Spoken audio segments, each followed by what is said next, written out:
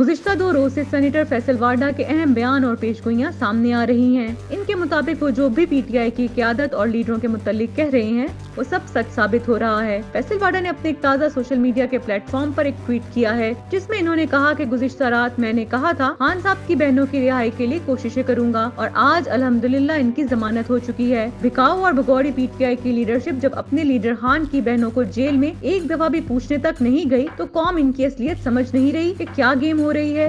मैं कौम को सच बताता रहूंगा और ये लीडरशिप आपसे छुपाती रहेगी। मेरा ये दावा और वादा भी पूरा हुआ। इसी तरह इन्होंने गुज़िश्ता रोज भी एक ट्वीट किया था। इसमें इन्होंने कुछ पेशगोइयां की थी।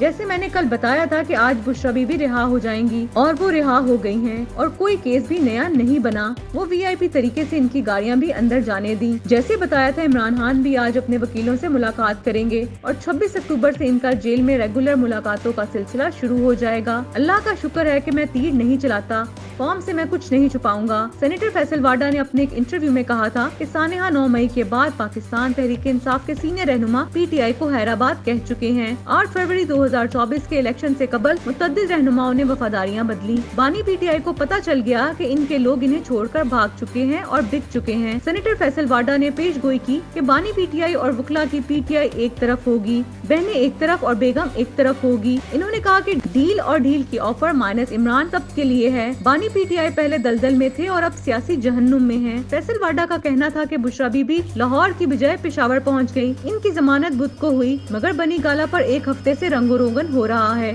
जो पिछले 12 साल में नहीं हुआ। फैसल वाडा का मजीद कहना था कि गोगी फ्रेंडशिप माल और मनियाद की दोस्ती होती है जो सब जगह नजर आती है।